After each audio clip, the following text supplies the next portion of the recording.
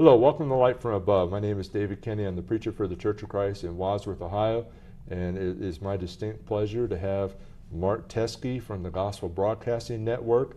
He's in town all the way from South Haven, Mississippi, and he is in our WCTV studio here. Mark, welcome to the studio. Welcome to Wadsworth.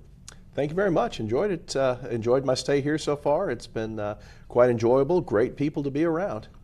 And we're having a great time for the gospel meeting. He's delivering lessons, and he's been gracious all week, and even has volunteered to come and deliver these lessons for us here in the studio. So you stay tuned, and you'll get to see him talk about the life of Jesus in various aspects of it. They've been very excellent lessons, and so we encourage you to watch future episodes and hear him preach on these topics. Picture of him and his wife here. I really like this picture. Real pretty lady, Michelle. And we were hoping she would be able to come and be with you, but both of you have parents that have illnesses and had to check on, and so. But I had the opportunity to meet Michelle and realize just how important she is to you and your work and everything that you do. Mark, let me ask you a little bit about your background. I got a picture here of you with your parents are in the top and bottom picture here. And why don't you tell them a little bit about where you were born and a little bit about your parents and your early years there. Okay. Well, I was born in Detroit, Michigan, and grew up there till about 1980. My father was in industrial sales and engineering. So with that, we tended to travel around a bit and move from place to place. Ended up 1980 in Louisiana, and ever since then, I've with the exception of 2 years, I've lived in states that border the Gulf of Mexico. So you're down in hurricane land. Have run from a few of those over the years. Oh, I bet. And you met your wife, Michelle Norman, and high school sweethearts? High school sweethearts. She chased me till I caught her. Oh, is that how it worked? You're under that delusion too, huh? Absolute wonderful woman. I'm married way out of my league. She is just absolutely fantastic. And we've had 29 great years. It only seems like 35 to her. Yeah, now Mark and Michelle both studied at the University of New Orleans. And her background was educational psychology, if I remember right? Educational psychology. And yours was that accounting stuff. Yeah. You were the people that would make me nervous when I was a manager in corporate America. So you studied accounting, got your degree, CPA, and what did you do after that? Worked with a CPA firm for a few years, and then went to work for one of my clients, which is a big hospital company based in New Orleans. Worked with them for a series of years, then ended up at the University of Alabama, working in their health system for a few years. And at that point, when I decided I wanted to become a preacher. So you decide, I mean, you and I share a very common path. You have all this education, you have a bachelor's degree, I imagine, in accounting, or BS, I'm not sure which one. But you get a bachelor's degree, you get your CPA, you're having a great career, and then you decide, hey, I think I want to do something that doesn't promise wealth, doesn't promise this thing. And you enroll in, I have a picture here, the Brown Trail School of Preaching with your class. You enroll in Brown Trail in 2003. Why? 2001. 2001. And okay, great. So you enroll in 2001, graduate in 2003. That's what it is. Okay, I got it. And so you go there, and what kind of experience did you get from Brown Trail? It was 2 years of very intense study. The School of Preaching is an environment where you're spending just a couple of years working very diligently in class for at least 6 hours a day, and extensive homework at night, a lot of research papers, things like that. You're preaching on the weekends. It's pretty much kiss your wife goodbye, come back 2 years later type of situation. A very excellent experience. It teaches you how to do the job it is of preaching. Having had the bachelor's degree already, for a college degree, the accounting, the English, the math, the social sciences, all that's already done. So this was just the courses that I needed to kind of fulfill that part of the education. I talked to several people who work in preaching schools or have attended preaching schools or know about preaching schools, and they often comment that they very much underestimated the amount of work that's involved. It's just really intensive and very regimented and very demanding. And some people think, well, you know, you go to preaching school because you don't have to work. And I'm like, no, I don't think so. There's other things you could do not to work. and honestly, I worked harder in those 2 years in preaching school than I think just about any other time of my life, because it is so intense. One advantage I did have, my brother-in-law attended Brown Trail several years before I did, so I had a clue what I was in for, and had good preparation. And he was right there in the Fort Worth area while I was attending at school, and was that shoulder to cry on, and that help during those difficult days. So I really appreciated that. Well, I have a picture of you and Michelle together, and it's not the wedding picture, but this is about the time, I believe, where either you have decided or have already decided to switch careers and go into Brown Trail, and you do that, and of course you're married, and you know, being the course of life, children come along. And you have, here's a picture of all your children together. I'll name them here in chronological order, I believe. Monica, Megan, Marcus, Marissa, and Matthew. Why don't you tell a little bit about each one of them? Now, we only have so much time, though, Mark. Yeah, that picture's a few years old, taken there on a trip we took, vacation time out west. But Monica's a banker. She writes mortgage loans there in South Haven, Mississippi. Megan, the mother of my grandson. She's married, works as a nurse in one of the hospitals there in the Memphis area. Marcus also went through Brown Trail. He's a preacher. He's also studying electrical engineering, doing excellent in that field of study right now. So I'm very proud of him. And Marissa, our little baby girl, she is at the University of Mississippi studying forensic chemistry and just having the time of her life. And Matthew, our youngest, graduating from high school, and he's going to start university in the fall. I know you now you're working in, you eventually you're working for GBN. You did full-time preaching work. We'll have to sort of skip through some of that. And GBN gives you some unique opportunities. We have a picture of you here at Galapagos. I wanted to bring that one up specifically, where you recorded at the Galapagos Islands. Tell them a little bit about that. Well, and some of the other photo type work you've done, video work you've done in unique places. Yeah, that Galapagos trip, that was, we recorded and distributed a DVD back in my time before working with GBN, called In Search of Charles Darwin. Went to the Galapagos Islands, looked at some of the things there, had some neat experiences, were able to see a lot of the things, actually hold one of the Galapagos tortoises in my hand, and interact, and it truly is a very amazing place. Also been to Mount St. Helens. We were there, did a documentary about 30 years after the eruption of Mount St. Helens. It was fascinating to see the geology there, and things that look like they've been there all along. They look like, you know, anything else, have just been there for, at that point, 30 years. Amazing to see how quickly the land changes and develops, and wildlife comes back. So those are a couple of places. Been to Africa, did a documentary in India. Really enjoyed that experience as well. I have a picture of you here speaking at Polishing the Pulpit. That's where I think we first met face to face. And why don't you tell them a little bit about Polishing the Pulpit? Well, Polishing the Pulpit is an annual gathering of, it started out just to be preachers. It's been going on for about 20 years. The first several years rotated around different places in the country. And for these last several years has been in Sevierville, Tennessee, in August every year. And every year it keeps growing. There's about 5,000 members of the church that gather together for a week. And during that week, we have this year 13 venues that will be going simultaneously for much of the week. Different lectures and classes and very practical lessons. And everybody is invited to attend. There is some cost associated because it's at the event center.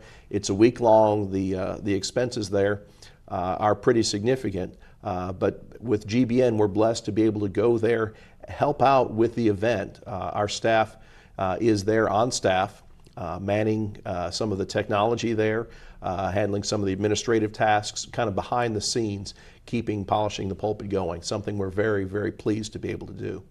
Well, I know it's a huge event, and Alan Webster just does a great job directing it, and I know he has excellent people on the team. I'm sure he's very much relieved that Gospel Broadcasting Network's there to help with that aspect of it, so you guys do such a great job. And one of the times we were there, you asked me, and it's the first time we met, you asked me if I'd be interested in doing a documentary of Alexander Campbell. And I have a picture of you here holding the Clapper Award, the WCTV Clapper Award 2015 Best Documentary for the work that we did on the life of Alexander Campbell. And you know, I almost fell out of my seat when he asked me if I wanted to do it, because I was like, there's all kinds of other people that could do a much better job. And so thankful for that opportunity. So it was great you was able finally to hold it and see the award. And let me, I brought in this picture that Adam Vaughn gave me. This is a picture we had made together at Alexander Campbell's grave. And the team that shot, did all the video work and all that, this Adam Vaughn, Michael Brown, Jameson Stewart, and myself there. And that's the grave of Thomas Campbell is in front of Adam, and Alexander Campbell's in the middle of us and everything. And Adam was really the master editor of the project. I mean, he was just phenomenal, and John Manning here at WCTV was so helpful and all that. Why don't you tell him a little bit about Adam? Because he really did a lot of work, and I know you really have a great appreciation for him. Yeah, Adam works directly with me at GBN, and he's our production supervisor, and is a master. He's the longest full-time employee in GBN's history, and hopefully will be there for a long time. He does spectacular work, a lot of the graphics work, the supervising of the shoots that happen, doing some of these special projects, overseeing the editing side of the house. He really is a master at his trade, and we're blessed to be able to have him. He took that picture with the video, and I was like, what? And he says, oh yeah, I'll just pick whichever one you want. I'll just make sure your eyes are open. I'm like, oh great, that's a good thing. And a little bit about the video, I brought the sort of the opening slide from the documentary of Alexander Campbell. And if you would like to watch it, it is on Gospel Broadcasting Network's YouTube page, and you can watch it for free. Just search, probably go to GBN on their Facebook, or not their Facebook, their YouTube page, and just type in Alexander Campbell, and I'm sure it'll bring it right up for you. There's another way you can get to it. If you go to GBN's YouTube channel and just look at the most popular videos for a long time now, the Alexander Campbell documentary has been #2 on that list. Yeah, it's really been exciting, and it's amazing how many people still don't know about it. And so I'm pushing for #1 still. So we're still. But you guys got a lot of great stuff, a lot of great content that people will definitely find interesting. Now, whenever I came out to your house, I took the bus down there, and everybody was so excited when I arrived. But they weren't excited because I arrived. They were excited because in this picture here is the engagement picture of your daughter to Michael Clark and to BJ and Tish's son Michael. And there was a lot of great excitement when we were there, and I was glad to really be there for that. And and here's a picture from the wedding. I picked this picture, it's all kinds of great pictures, but I picked this picture because Michelle's parents are in it. You want to say a little bit about her parents? Yeah, her father has been preaching in North Louisiana for almost 50 years now, various congregations there. Just an absolute servant's heart, and just does a tremendous, tremendous job. I think the world of him. But don't tell him I said that. You're on video now, man. And my mother-in-law is absolutely spectacular. Love that woman to death. We give each other plenty of hard time from time to time, but it's all based on love. Yeah. Couldn't have any more respect for them than I do. Well, I have this other picture. This is the children, your children. And I can remember we had this conversation, and you made this statement to me is that whenever the marriage was going on, you told me, I've gained a son. I've gained a son. And the picture there, Michael's there with his wife, and that's not all you gained. I got a grandson in the process too. Yeah, here's a picture of Michael and them together. And when was this little bundle of joy born? Do you recall? Yeah, he was born the week of Thanksgiving. I remember when they came in and told us that he was on the way.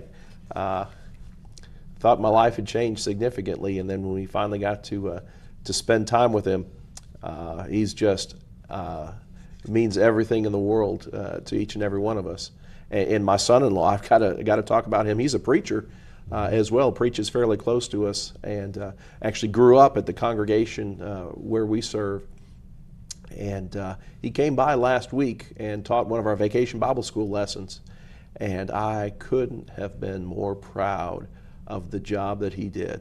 He is a fine, fine preacher. My only job at this point is to keep him humble. Well, you know, with B.J. Clark as your father, it's sort of hard to go wrong. We're on the same page there. There we go. Yeah. And I guess I should mention, you know, for our viewing audience, they named him Adam Clark, and it's not after the Methodist commentator. We sort of joked about that. Yeah, you want to tell them where the name Adam came from? Yeah, Adam actually came from Adam Vaughn, our production supervisor talked about earlier, who had a very positive impact on Michael in his early years, and great guy. Yeah, they're very great. Proud. They're very great young men. I'm very thankful to know both of them. Yeah. So you are now Director of Operations at Gospel Broadcasting Network, and I sort of put this slide together there, and you came to work in GBN, and what has that been like? It has been a flurry of activity. You know, GBN has been on the air now for a little over 13 years. And during this time, technology has changed significantly. Our capabilities have expanded significantly. You know, when GBN started, the idea was to be a 24/7 cable television channel, available to cable systems all over the country. And that we are, available all over the country, and would love to be here in Wadsworth on the cable system as well, if we can work that out.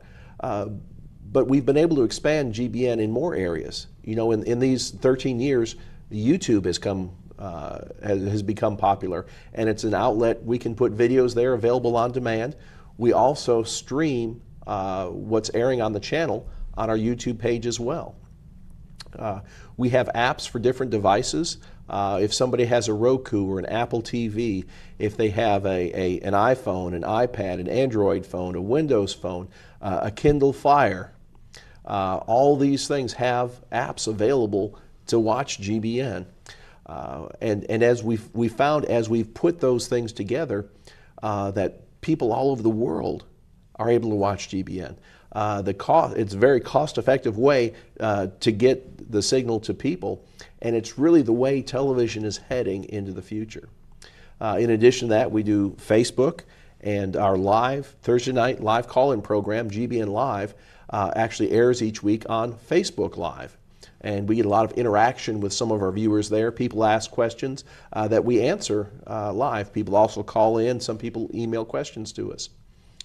We also have an Instagram page, about a third of a million followers for our Instagram page, and using that as a way to get the word out as well. But there's so many different avenues that are available today that weren't there 13 years ago. The staff is still lean and mean, not a whole lot of people, but we're trying to build into the system efficiencies to be able to do all these things with the limited resources that we have. A big part of my job has been trying to automate the processes there within the facility, trying to make as efficient use of our personnel as we possibly can. So we're computer rich, and that because we're personnel poor.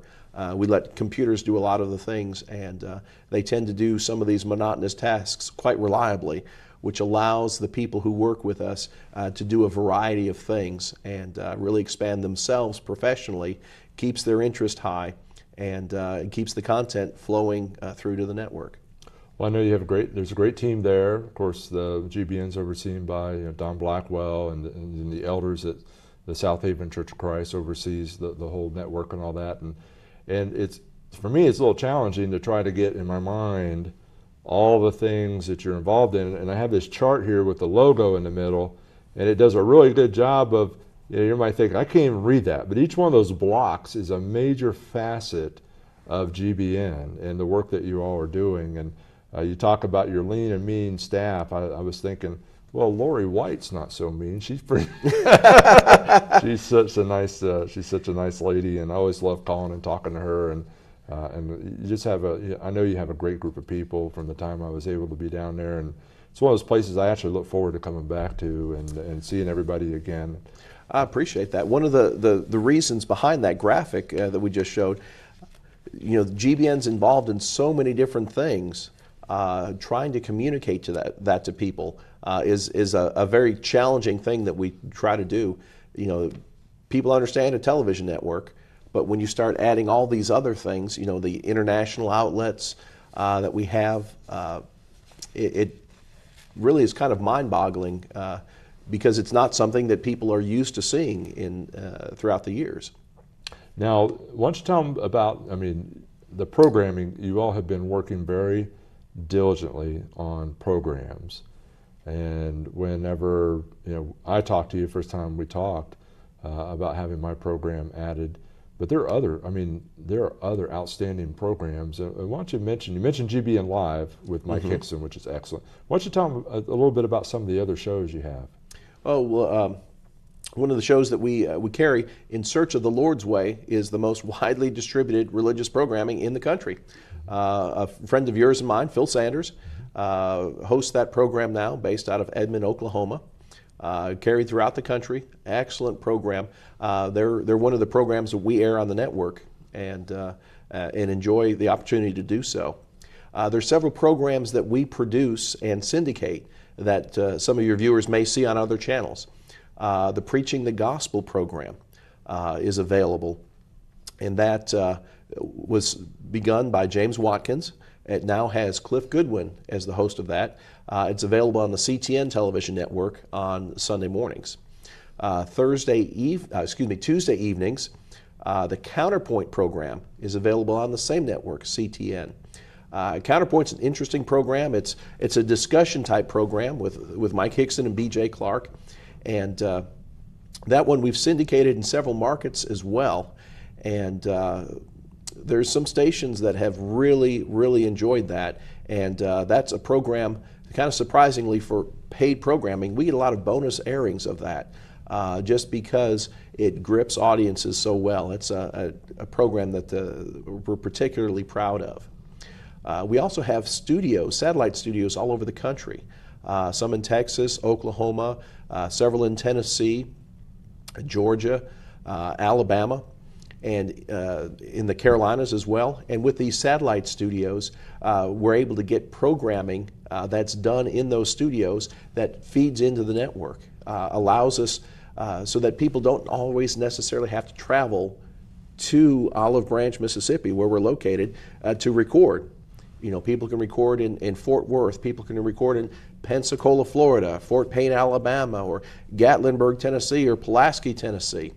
All of these studios are available. We've got one in Columbia, South Carolina, and McMinnville, Tennessee. And with those studios, it really gives us a breadth of programming that we're not having to do all of the work associated with that. Some of that is distributed, and we do the editing of those programs, put them on the network, and then send a copy back to the studio. So a lot of times they use those for their local broadcasts as well, similar to what you do here at WCTV. Well, when we joined GBN, John Madding, the station manager here, told me that this was the first one, and they produce a lot of programs for the community here. He said, this is the first one we've ever had go into syndication on GBN. So let me put this graphic up here. This shows where, if you're a resident of Wadsworth, Ohio, or probably anywhere in the world really, how you can find GBN. Like he mentioned, we're trying to work out with the city of Wadsworth, hopefully be able to add it to the cable system here.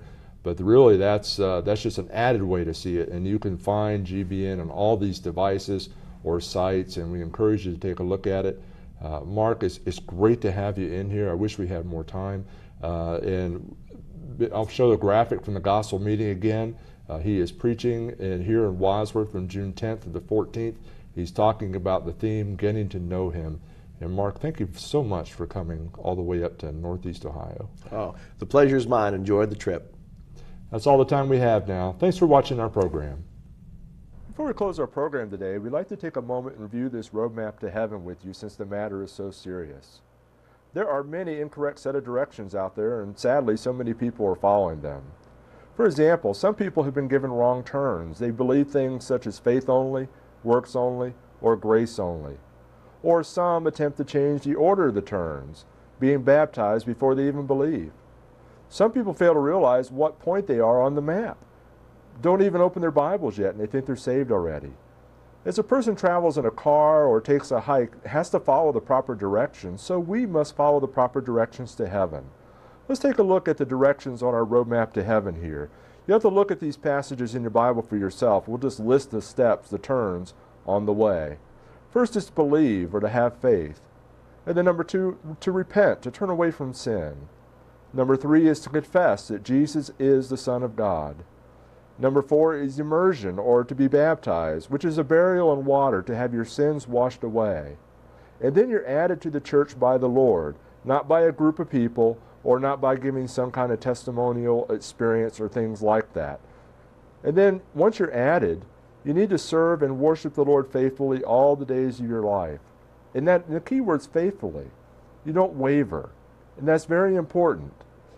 We need to keep in mind, too, that in Noah's day there was a big flood, and only people in the ark were saved from the flood. The same is true today. There is no salvation outside the Lord's church. Where are you on the roadmap to heaven? Thanks for watching our program. Please let us know if we can assist you with further information for your journey.